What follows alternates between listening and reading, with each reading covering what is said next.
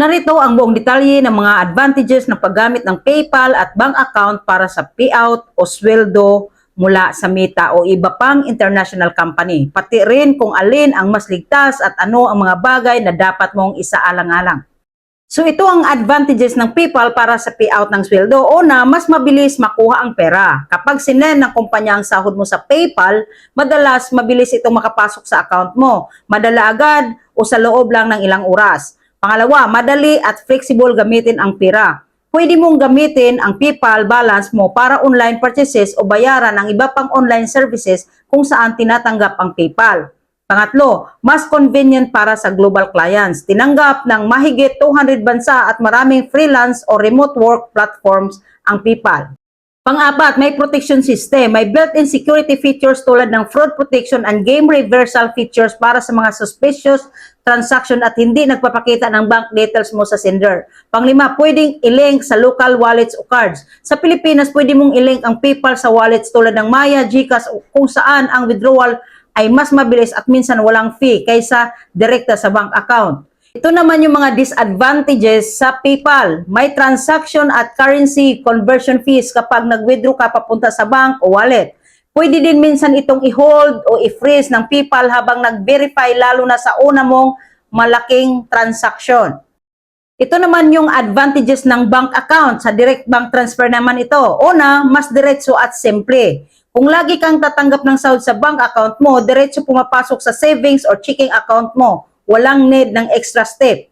Pangalawa, mas mababa ang fee kung local payer. Kung locally nagbabayad ang kumpanya at direktang bank transfer, mababa o walang fee ang pag-receive. Pangatlo, mas ligtas sa charge bank o holds once nasa bangko. Pag nakapasok na sa bank account, halos hindi na ito ma-reverse o ma-hold. Mas fix ang kita mo. Pang-apat, makikita lahat ng sahod o history sa statement.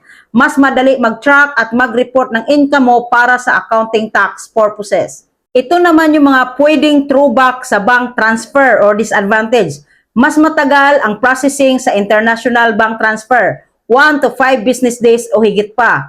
May fees at currency conversion markups kapag USD ang pinadala at Philippine ang bank account. Kung walang USD account sa local bank mo, pwedeng mas malaki ang currency conversion fee nila. So alin ang mas safe? PayPal? Secure ang PayPal dahil gumagamit ng encryption at hindi pinapakita ang bank details mo sa sender. May check ng fraud protection transaction review.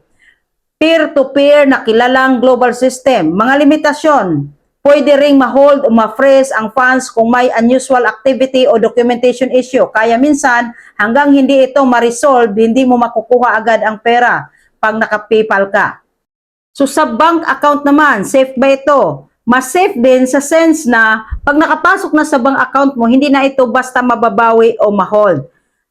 Una, regulated ng Bangko Sentral ng Pilipinas at may deposit insurance hanggang isang certain amount sa PDIC. Mas protektado sa malaking halaga dahil may full bank infrastructure or SWIFT codes, anti-fraud protocols. Recommendation para sa sahod ng Meta or remote salary.